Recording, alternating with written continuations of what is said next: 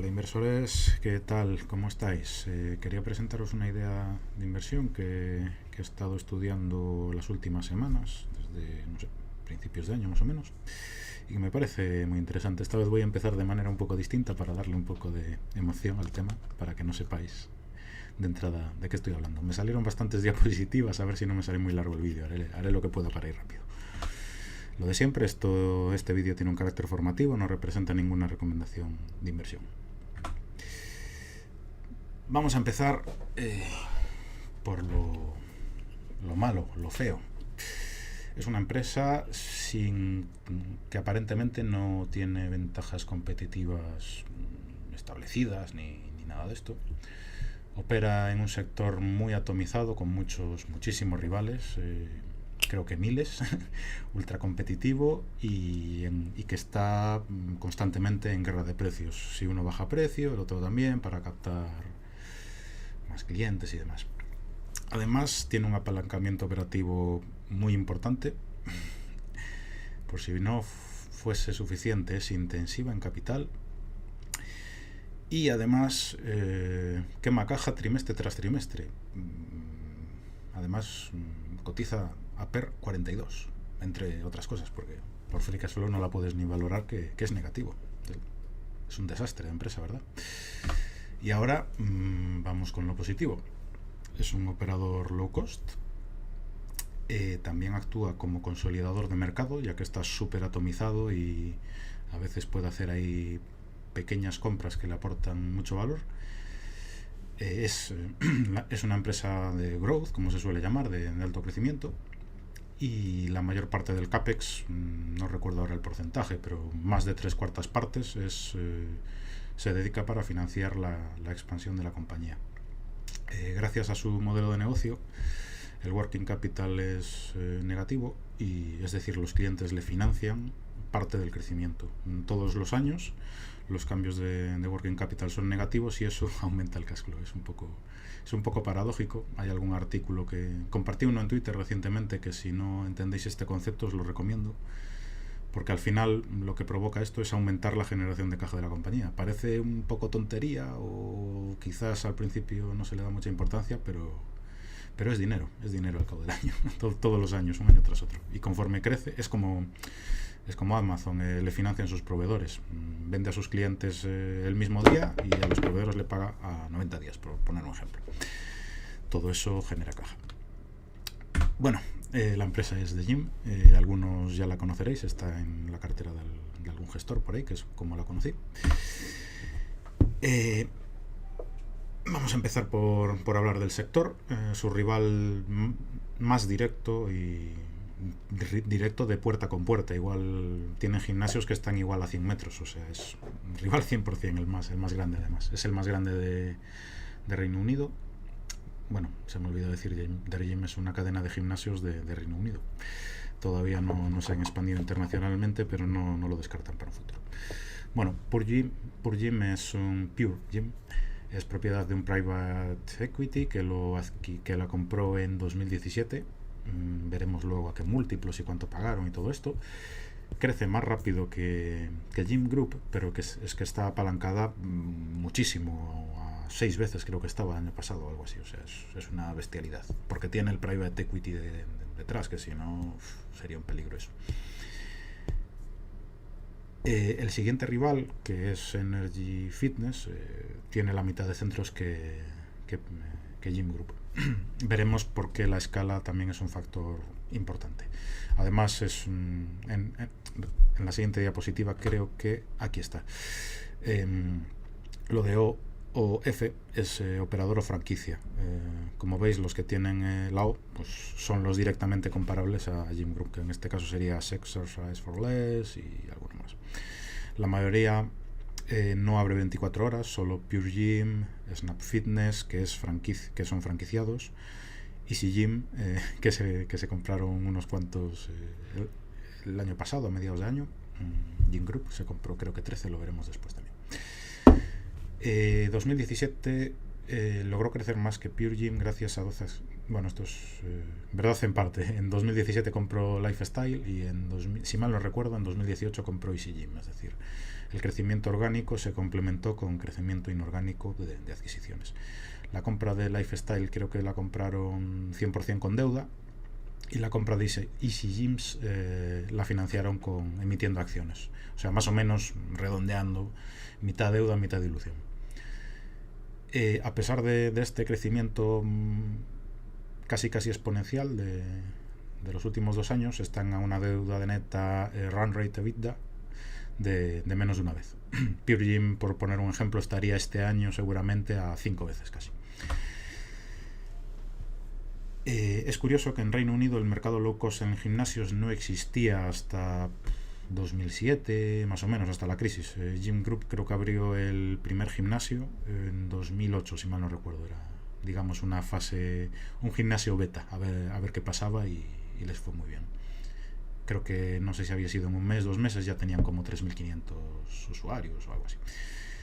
El sector hasta entonces estaba dominado por los gimnasios públicos, que están financiados pues por ayuntamientos y demás, o sea, son muy ineficientes, y ya veis que la base de usuarios es la misma de siempre, o sea, el crecimiento es 1% anual, o sea, prácticamente cero. Y los gimnasios de siempre, los tradicionales, es que ni crecen. Un crecimiento de 5 años, 0%, están como estaban. Sin embargo, como veis, el segmento low cost crece todos los años, o sea, el crecimiento es brutal.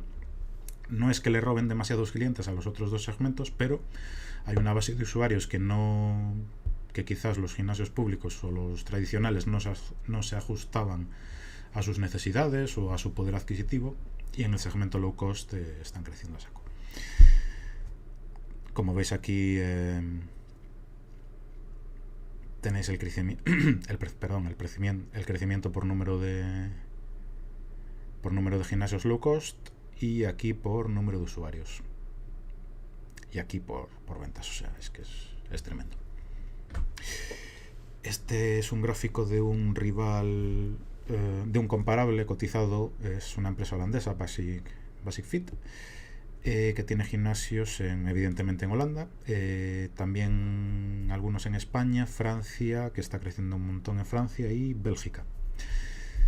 Gym Group tiene y pues Gym y todos tienen la posibilidad de expandirse a mercados inmaduros donde el porcentaje de población no está anotada en ningún gimnasio.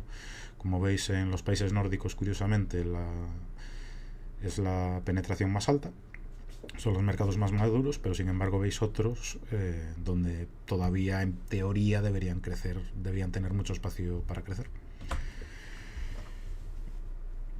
Es curioso que la empresa destacaba mucho que una tercera parte de los nuevos miembros que captan nunca habían estado antes en un gimnasio.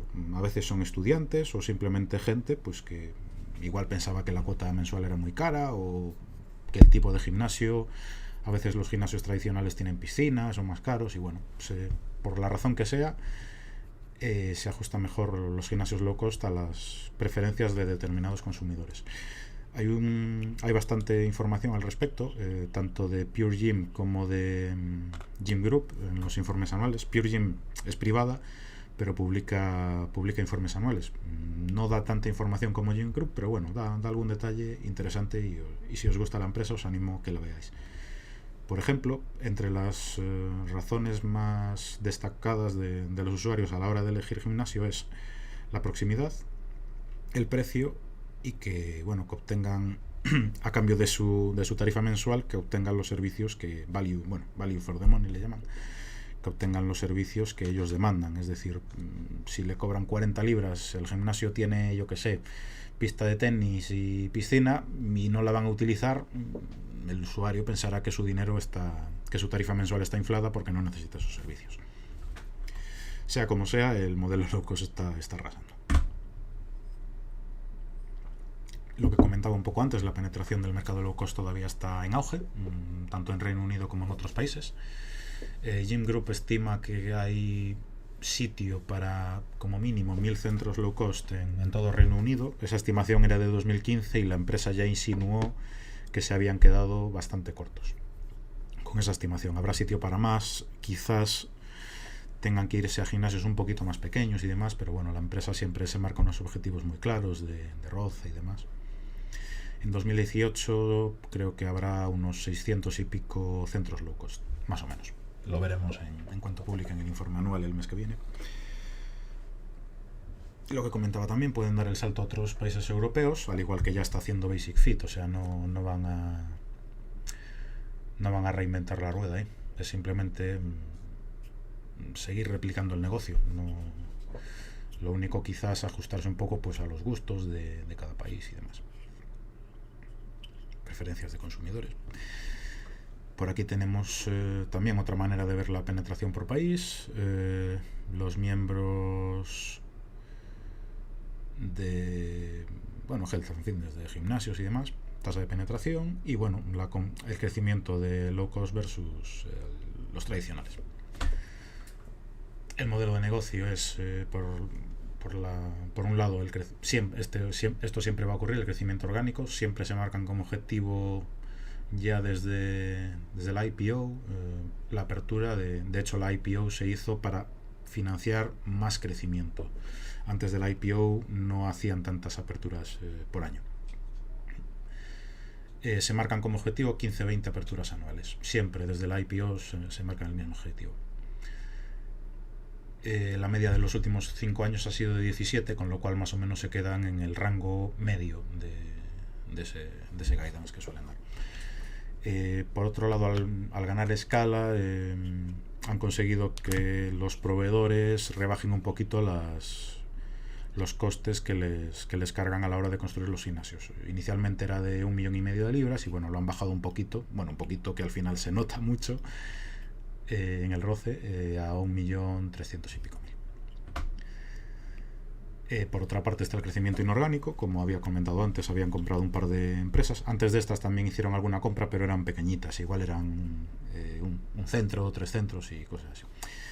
En 2017 compraron Lifestyle, 18 Lifestyles por 20 millones y pico. Aparte hay unos cargos extraordinarios no recurrentes de reformar el gimnasio, ponerlo corporativo, ponerle los colores y un rebranding y estas cosas.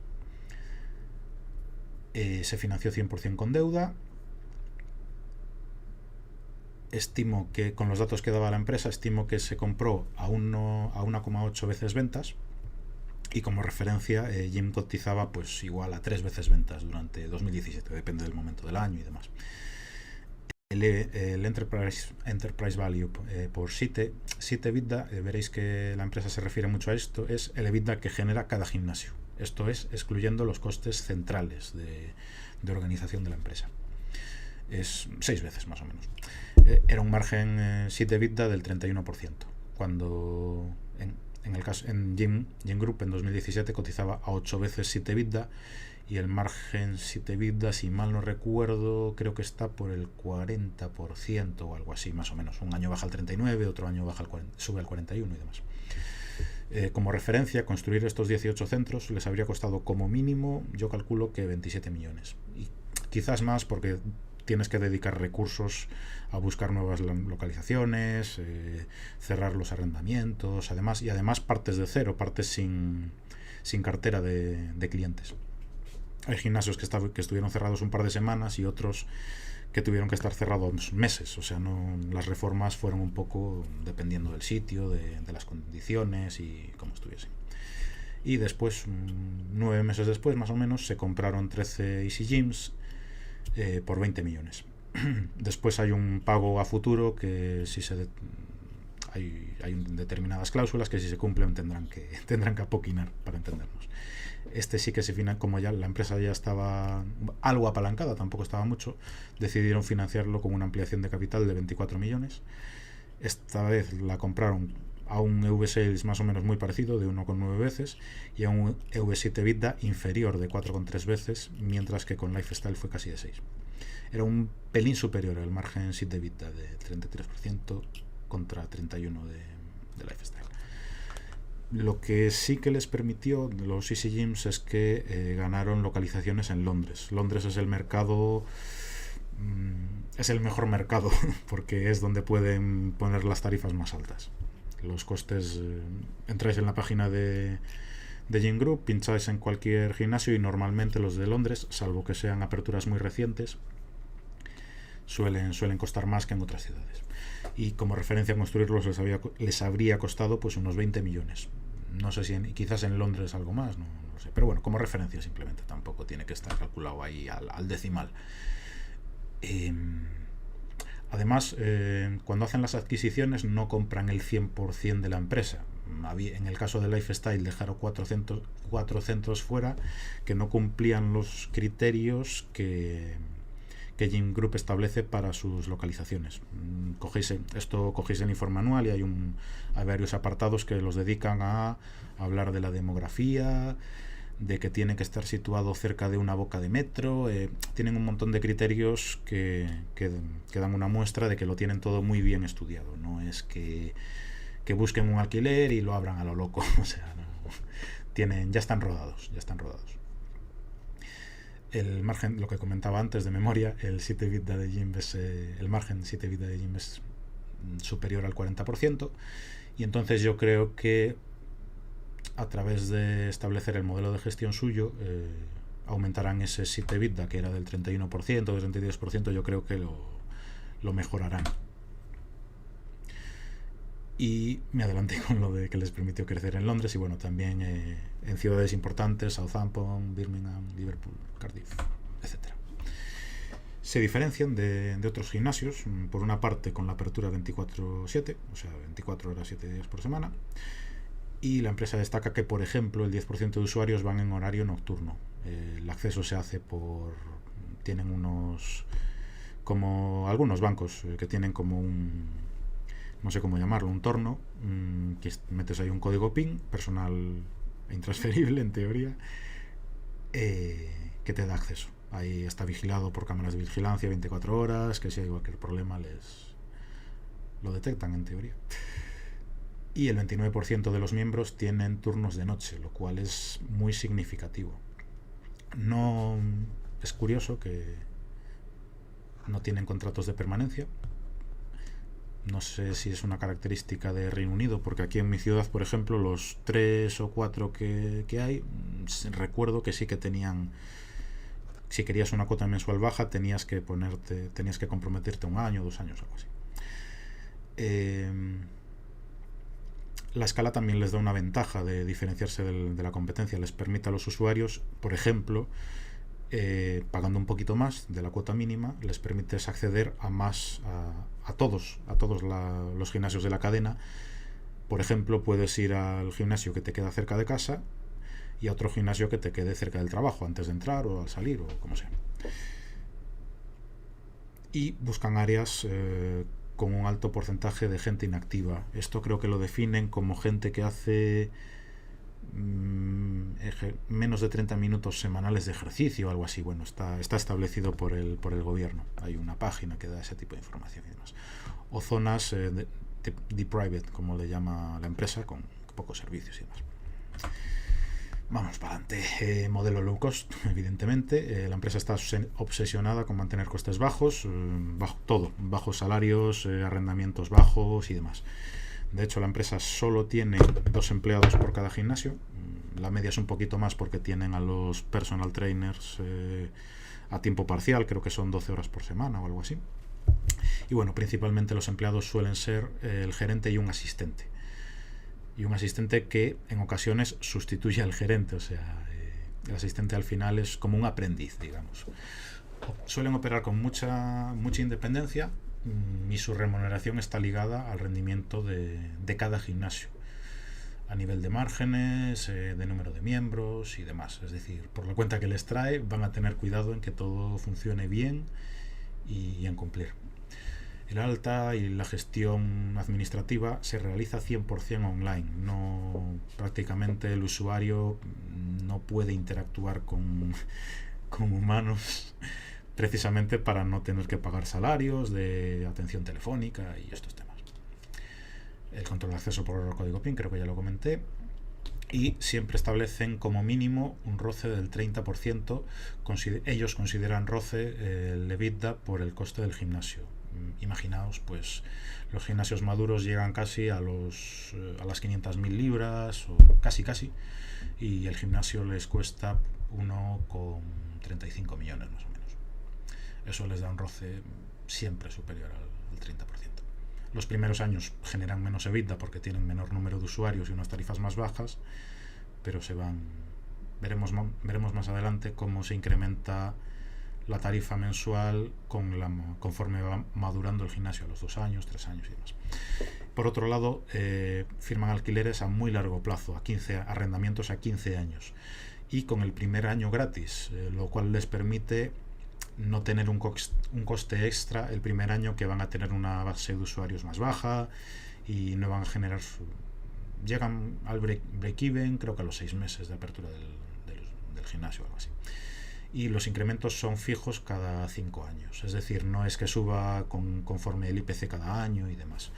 La empresa, como tiene cierta escala, le puede, digamos, exigir ciertas condiciones al arrendatario. Si tú eres un centro que con 2, 3, 4 gimnasios, el arrendatario se va a reír de ti para que nos entendamos. ¿Qué más? También me gustaría destacar los principales indicadores o métricas que me parecen significativos o los que usa la empresa para ver el rendimiento de su negocio y que todo va bien. El average members y el ARPU son fundamentales. Es decir, los ingresos anuales los tienes multiplicando el ARPU por el ARPU lo dan de manera mensual, lo multiplicas por 12 meses, tienes el ARPU anual, por el número medio de miembros y prácticamente tienes los ingresos del año. Hay un 1% de ingresos secundarios, de máquinas de vending y demás, pero bueno, es prácticamente casi residual. También destacan el Net Promoter Score y el SMG, pero bueno, no sé si fiarme de estos indicadores que da la empresa, porque al final dicen que los proporcionan empresas independientes, pero en el momento que la empresa paga por un servicio externo, no sé hasta qué punto puede ser eso fiable. Igual que el FIFO Score, me mosquea un poco, porque veremos más adelante que tiene una valoración de 4,2 sobre 5, o sea, un sobresaliente, como para entendernos. Y en Trustpilot tienen un 3,1 sobre 10. Aquí creo que tenían 200 y pico opiniones, con lo cual no me cuadra esta valoración de FIFO. Pero bueno, veremos que la valoración de Trustpilot de Pure Gym es todavía inferior a la de Gym Group, así que bueno, por lo menos están en la media. El churn rate o la vida media de cada cliente. La empresa dice que no le preocupa demasiado porque dice que las bajas se cubren con nuevas altas y que las nuevas altas tienen tarifas más altas que los que se dan de baja. Entonces, en cierto modo, hasta le viene bien que se den usuarios de baja para ir renovando la base de clientes y cobrarles más. Conforme tienes una base de clientes más grande, a los nuevos miembros le vas a exigir una cuota mensual más alta. No vas a tener toda la vida a 10 libras como tienen algún gimnasio. También destacan que la vida media del cliente está entre 1 y 2 años más o menos, y que el 28% o 30% de los que se dan de baja vuelven al cabo de unos meses. A esto le llaman el rejoiner rate. En cuanto al coste de adquisición de los clientes, más de la mitad de los clientes vienen recomendados pues por amigos, por compañeros de trabajo y demás. El gasto en marketing es bastante bajo. Principalmente es cuando abren el gimnasio que tienen que hacer la mayor promoción para incrementar la base de clientes lo más rápido posible. El 7 EBITDA y el roce de los gimnasios nuevos, sobre todo, de cómo se vaya incrementando, es fundamental. Y bueno, a nivel personal también meto en mi modelo el porcentaje en gimnasios maduros, la valoración de Trustpilot y de Google. De Google me fío menos porque cualquiera puede escribir ahí cualquier tontería. El porcentaje de Live Fit Members, que es un programa nuevo que es para te cobro más pero te doy más servicios, para entendernos. Los miembros por gimnasio, las visitas de cada miembro, creo que este dato ya no lo dan, lo dieron en el prospecto de la IPO. El alquiler por gimnasio, la cuota media por zona, que varía un montón de una zona a otra. Y bueno, las ventajas competitivas es que es un operador low cost, suele ser el más barato de la zona o el segundo más barato de los igual 10 low cost que haya en las ciudades grandes, suelen estar en el rango bajo. Y la escala, como os comentaba antes, le permite de cara a clientes ofrecerles acceso a 170 y pico gimnasios que tendrán al cierre de 2018 creo. Y además los rivales pequeños al final, si no crecen mucho, no pueden diluir sus costes centrales, sus costes administrativos y demás. Si tú aumentas las ventas abriendo nuevos gimnasios, al final tus gastos centrales como porcentaje de ventas van a ser inferiores y en teoría tus márgenes, si sabes contener esos gastos, se expandirán. La directiva ejecutiva solo la forman el CEO y el CFO. Richard Darwin, que era el CFO hasta hace nada, mediados de 2018, que dimitió el fundador, lo veremos en la siguiente diapositiva, y hace poco contrataron al CFO, a Max George, bueno, destacarlo. El resto de miembros del Consejo de Administración son miembros no ejecutivos. Aquí hice un resumen que me parece significativo del número de acciones de cada director o CFO, bueno, de algunos no hay datos porque son muy recientes, pero como veis, tanto el CEO como el fundador, John Treherne, no sé cómo se pronunciará el apellido, tienen salarios que no son demasiado grandes para una empresa que capitaliza 200 y pico millones de libras y que factura 130 millones en 2018, así yo creo que cerrará el año. Y bueno, el principal accionista es el fundador, que tiene el 3,5% de las acciones más o menos. Y bueno, ahora en 2019 cobrará menos, pero es el último dato que está disponible. Y eso, pues, últimamente, desde hace unos meses, me gusta hacer esto de cuánto valen sus acciones en relación al salario en cash, en efectivo, que perciben. Porque en el caso del CFO y del actual CEO, es casi 9 veces, y en el caso del fundador es de 26 veces su salario en efectivo, es decir, es muy significativo. Incluso el de Paul Gilbert, que es un director no ejecutivo, que tiene una vez y pico su salario anual en acciones, también es significativo. De hecho, el fundador destaca que una de las ventajas de ser empresa cotizada es que hay empleados que compran las acciones, tienen RSUs que les permiten comprar 2 acciones por el precio de una. Entonces, de esa manera, ciertos empleados se sienten dueños de la empresa y les permite también tener tasas de retención de talento bastante altas. El CEO tiene una historia bastante particular, como mínimo. No es que fuese rico de la noche a la mañana, ni mucho menos. De joven fue miembro del equipo nacional de squash de Inglaterra, participó ahí en una competición internacional. En el año 92 fundó una cadena, bueno, inicialmente era un gimnasio solo, Dragon Health Clubs. Empezó con un único centro y el dinero lo financió hipotecando su casa. No es que fuese rico y dijese vamos a montar esto. Empezó, como quien dice, de cero. En pocos años abrió 22 centros, incluso llegó a cotizar y compraron la empresa. Con la pasta que sacó de vender esta empresa, parte lo usó para pagar su propia hipoteca y otra parte para el dinero inicial de Gym Group, que también le ayudó un private equity y demás. Me parece curioso también en una entrevista que leí que el chairman de Dragon's Health es Peter Roberts, bueno, aquí falta una T, fue uno de los fundadores de Pure Gym. O sea, todo queda en casa. Y de hecho veremos más adelante que Gym Group y Pure Gym se intentaron fusionar en 2014 antes de salir a bolsa Gym Group, pero lo tumbó competencia. Bueno, esto es un spoiler que lo puse en una diapositiva después.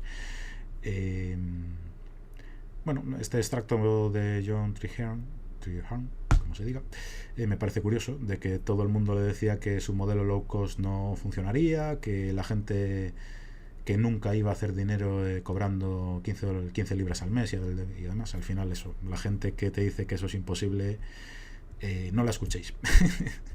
Si creéis en vuestro proyecto, trabajad duro por él. Este es el accionariado, la mayoría son inversores institucionales, incluso Soros, el fondo de Soros, que ya era accionista antes del IPO y no vendieron, y el CEO, que está ahí con el 3,4 más o menos % de las acciones. Me parece destacable, como mínimo, el plan de incentivos que tienen. Los bonus anuales están ligados, por una parte, al retorno de los accionistas, al precio de la acción, como quien dice, al EPS. En el informe anual podéis ver todo esto detallado, no me quiero parar mucho, pero bueno, a grandes rasgos, al EBITDA ajustado, a la mejora del EBITDA ajustado, al número de aperturas, como dije, eran entre 15 y 20, y al Net Promoter Score, que no sé hasta qué punto será fiable, ya que siempre les da por encima del 60% o algo así. Pero bueno, al final son objetivos altos, porque en 2017, que fue un año muy bueno para la empresa, aumentó ventas, no sé si un 37% o algo así, hablo de memoria, igual me equivoco, pero cumplieron más o menos como el 50% de los objetivos, tanto el CFO como el CEO. Ya veis que no son objetivos bajos de estos que me los pongo para cobrar el 100% del bonus. O sea, me parecen objetivos muy buenos y incentivos alineados con nuestros intereses, los de los accionistas. Bueno, ya os digo que soy accionista de Engine Group, que igual lo tenía que haber mencionado antes. Tiene bastantes riesgos, es decir, esto no es todo bonito.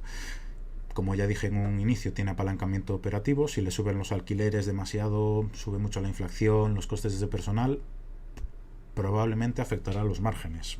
De un día para otro no se lo vas a poder repercutir a tu base de clientes.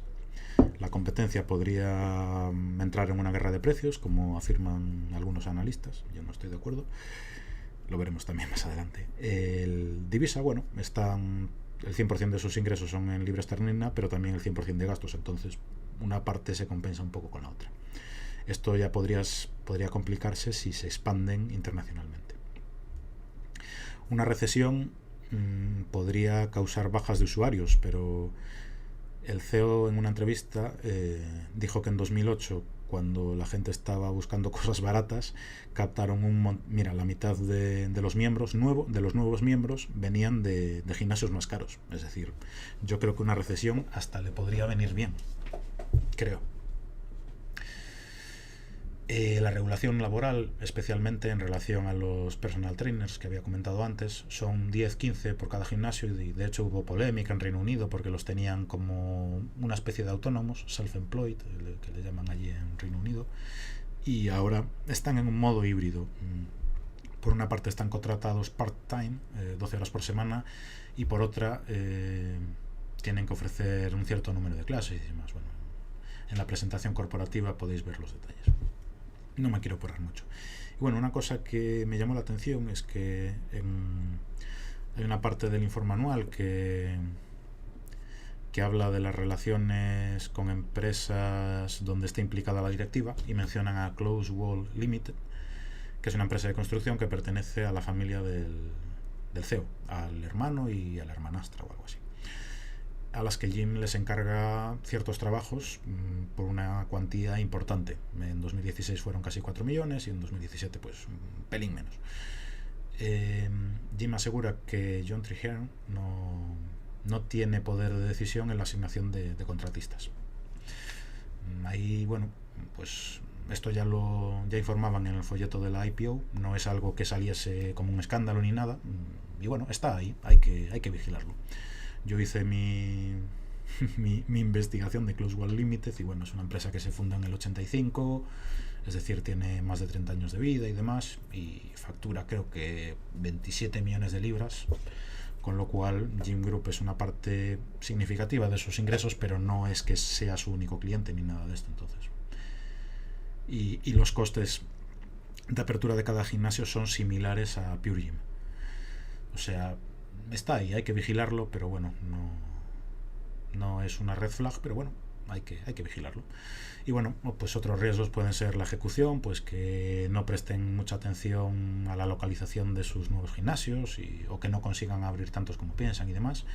La subida del LIBOR, que su deuda está vinculada al LIBOR más el 2,5% o algo así. Que la negociación de los nuevos alquileres no consigan términos tan favorables, o que les caduquen, aunque bueno, de 15 años queda bastante. Su primer gimnasio fue de 2008, así que echad cuentas. Y bueno, que el mercado de Reino Unido es limitado, no se podrán expandir eternamente. Tarde o temprano tendrán que dar el salto a Europa, supongo que será. También tenemos catalizadores, adquisiciones, podrían apalancarse cómodamente a 2 veces EBITDA para realizar una adquisición de tamaño similar a EasyGym o a Lifestyle. Esto le permitiría dar un salto en centros, en ingresos, aumentar su cash flow y demás. Yo creo que la próxima presentación de resultados, no sé si la de marzo o cuando presenten el semestral el primer semestral de 2019, porque la parte fuerte de captación es entre enero y marzo, no sé, supongo que por el propósito de año nuevo, y en septiembre-octubre, porque al ser gimnasio low cost un porcentaje importante de clientes son estudiantes y vuelven o universitarios, estudiantes, pues tanto, creo que a partir de 16 años te puedes dar de alta, entonces universitarios y demás. En 2018 tuvieron cerrados muchos gimnasios por reformas, principalmente Lifestyles y Easy Gyms. Algunos 2 semanas, otros 2 meses, bueno, y esto se resintieron un poco los resultados del segundo semestre, no crecieron tanto como el año anterior. La empresa presentará un pre-closing update, como un avance de resultados, a mediados de marzo, creo que era el día 19 o algo así. Y esto yo creo que disipará dudas sobre el negocio, cuando me imagino que la empresa dará algún dato de número de miembros de LifeIt, perdón. También la podría comprar un rival más grande o un private equity, como hicieron con Pure Gym hace 2 años. Y este fue el spoiler de antes, que en 2014 Gym intentó fusionarse con Pure Gym y lo descartaron por temas del regulador de competencia. Yo creo que cuando la empresa genere free cash flow positivo, yo creo que también animará a ciertos inversores o a inversores miedosos o que desconfían de que esto vaya a ser una máquina de quemar caja para siempre. Yo creo que les podrían animar a entrar en el accionariado. Además, conforme aumenten su flujo de caja, serán menos dependientes de deuda externa o de emitir acciones para financiar el crecimiento. Y que estimo que esto ocurrirá entre 2019 y 2020, cuando el cash flow que generen, el free cash flow que generen, ya podría financiar la apertura de entre 15 y 20 centros por año. Conforme los centros maduran, aumenta la tarifa mensual. Es así. Lo han hecho 150 veces con todos los gimnasios. Inicialmente ponen una tarifa muy baja, incluso creo que 3 meses antes de que abra el gimnasio ya te puedes dar de alta, y eso pues durante 6 meses tienen la cuota, imaginaos, a 10,99, durante otros 6 meses a 13, y después ya cuando el gimnasio madura a los 2 años más o menos ya empiezan con las cuotas importantes de 18 libras, 21 libras y demás. Esto depende mucho de la zona, puede variar de unas zonas a otras. Yo creo que en los ingresos secundarios pueden morder algo más, ya que Pure Gym tiene el 3% de ventas secundarias, de máquinas de vending y demás, mientras que Gym Group es el 1%. Ahí pueden rascar un poquito más, yo creo, pero la empresa no menciona esto como una prioridad, o sea que esto es más a futuro. Y bueno, otros catalizadores podrían venir por un incremento importante del porcentaje de usuarios LiveIt. Esto es un programa muy reciente, creo que lo lanzaron en 2018. Creo que el primer trimestre estaba en el 7 y pico por ciento de los miembros de gimnasios, de todos los miembros, no sé si eran 700.000 o algo así, eran miembros de LiveIt, y a final de año creo que era el 11-12%. Es decir, está creciendo mucho esto. Esto incrementa el ARPU, o sea, le cobras más al cliente por la cuota mensual.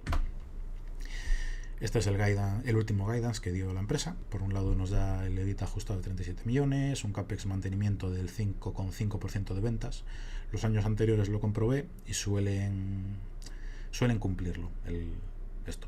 A futuro pues puede ser el 6, 6,5, por ahí.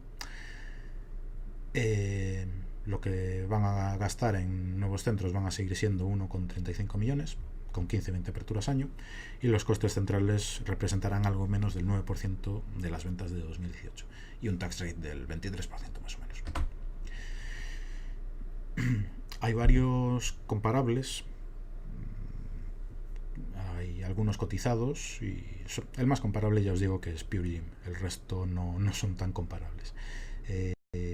Eso, la iban a sacar en 2016 a bolsa, pero consideraron que las condiciones no eran favorables, y al final, un poco después, se la vendieron por una pasta a un private equity que apalancó a la empresa muchísimo y demás para financiar la propia compra de la empresa. En esta captura no se ve, pero no sé si tenían cuando en el momento de la compra del private equity cargaron a Pure Gym con 350 millones de deuda a saco. Basic Fit es el comparable holandés, que cotiza 4 veces ventas, 5 veces EV Sales, 15 veces EV EBITDA, y bueno, también me parece significativo valorar por número de gimnasios, aunque esto depende mucho del tamaño y del número de miembros, y por número de miembros. Al final es un negocio de suscripciones. Y también es destacable que todos los demás están mucho más apalancados que Gym Group. Gym Group tiene el balance más sólido de todos los comparables, con diferencia. Esto les puede dar una ventaja pues para crecer a la hora de financiarse, a la hora de firmar arrendamientos, que el arrendatario, por la cuenta que le trae cuando firma un contrato de 15 años, se va a informar de que el balance sea sólido y que no que dentro de un año les deje tirados y no les pague. De ahí que consigan buenas condiciones en los alquileres. Planet Fitness es la cotizada de Estados Unidos. Aquí se me cortó la frase. Su modelo de negocio es 99% franquicias, es decir, no es muy comparable. Esto sería como un MTI. Su modelo no es operar restaurantes, es operar, el modelo Planet Fitness es franquiciar centros. Les va muy bien porque mirad a los múltiplos que cotizan: 11 veces ventas, 12 veces EV Sales y 30 veces EV EBITDA, o sea, está por las nubes. Después también hay una sueca, pero nada, son gimnasios tradicionales, no crece, o sea, esto tiene unos múltiplos de risa porque no crece y es poco rentable, o sea, no es comparable. Los márgenes son mucho peores y demás. No es el mismo modelo de negocio.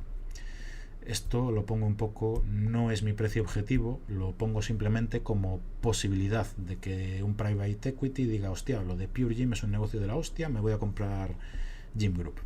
Pues si aplicamos los múltiplos que pagaron por Gym Group, que bueno, están aquí que creo que me lo salté antes, el price sales es muy bajo, pero mirad el EV Sales incluyendo la deuda, pagaron 3 veces EV Sales, el EV EBITDA 9 veces y pico, y por cada gimnasio pagaron pues unos 3 millones y pico. El tamaño de los gimnasios de Pure Gym es prácticamente igual al de Gym Group, y pagaron por cada miembro pues unos 650 libras. Esto no sé si estaba en miles, no recuerdo. Bueno, lo dicho, si aplicamos los múltiplos de la adquisición de Pure Gym, tendríamos un precio objetivo promedio, pues un upside del 60% para 2019, un 84% para 2020 según el múltiplo que elijáis, o un 100% de retorno para 2021, que está a menos de 3 años vista. Esto ya os digo que no creo que ocurra, pero bueno, es una posibilidad. Para esto he hecho esta bola de cristal que he puesto aquí, que supone unos incrementos de ventas muy inferiores al crecimiento histórico, un margen EBITDA inferior a los márgenes históricos y una dilución anual del 1% más o menos, por yo que sé, porque se emiten stock options y se ponen a comprar RSUs a saco, por ser un pelín conservador. Y las aperturas anuales, pues el rango mínimo, 15. También la apertura de miembros también es inferior a la media histórica.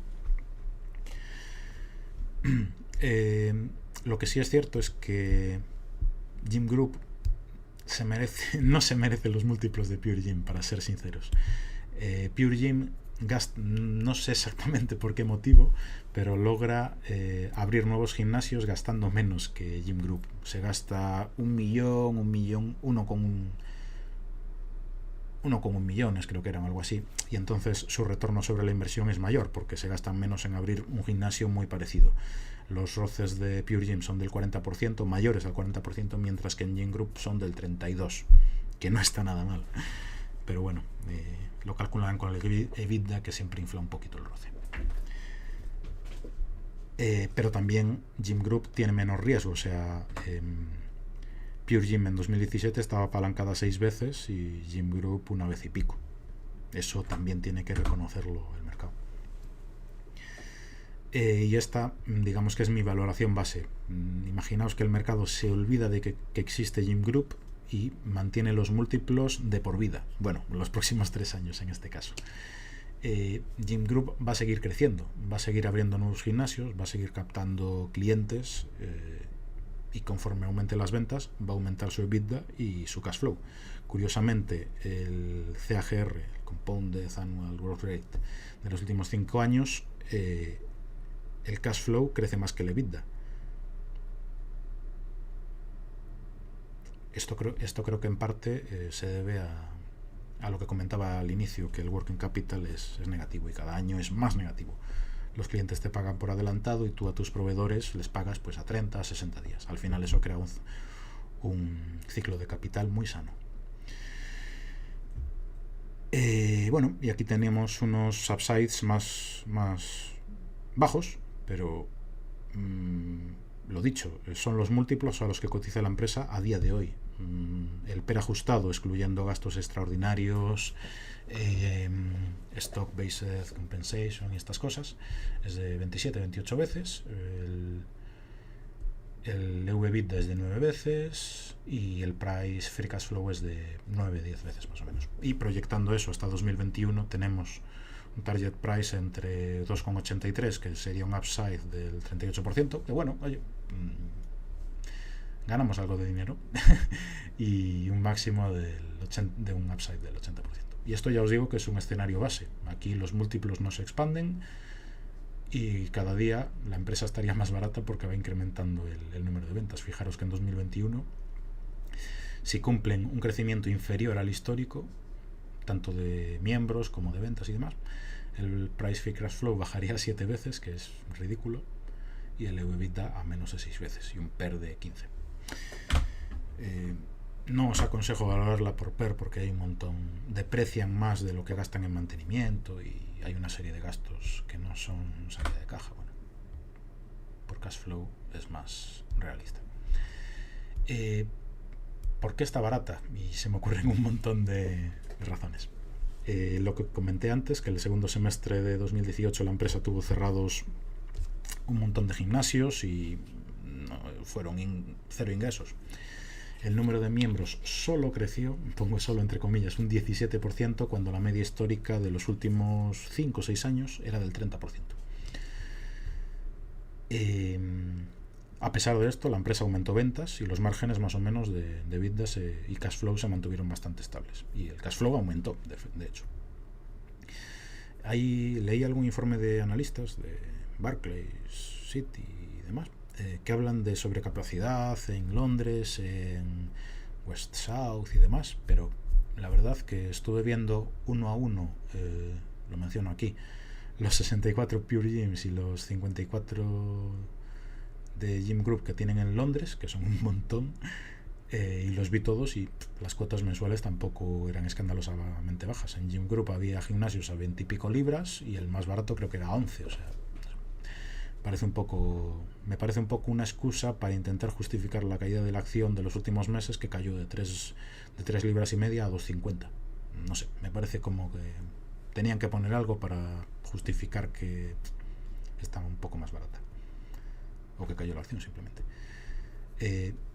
Y además, aunque hubiese una guerra de precios, Gym va a ser una de las supervivientes. No quiero decir la ganadora, pero siendo el gimnasio que ofrece una cuota mensual más baja, ofreciendo un producto similar al que ofrece la competencia, yo creo que saldría bastante fortalecida de esa supuesta guerra de precios. Ahí los que más sufrirían son los rivales pequeñitos, que igual tienen que cerrar, o se los compra Pure Gym o Gym Group, que es sobre todo Gym Group, que es el que tiene el balance más saneado. Y creo que, como comenté en los catalizadores, el primer trimestre, cuando presente los resultados del primer semestre de 2019, yo creo que va a dar una sorpresa muy buena. Todos los centros que tuvieron cerrados durante el segundo semestre de 2018 van a estar generando ventas y EBITDA y cash flow este año. Y además, el primer trimestre es la temporada alta de captación de clientes. Así que yo creo que dará sorpresas positivas esta empresa. Y bueno, por terminar, creo que estamos en un escenario asimétrico donde el riesgo de que la empresa no logre ejecutar su modelo de negocio es bajo y que prácticamente es todo upside.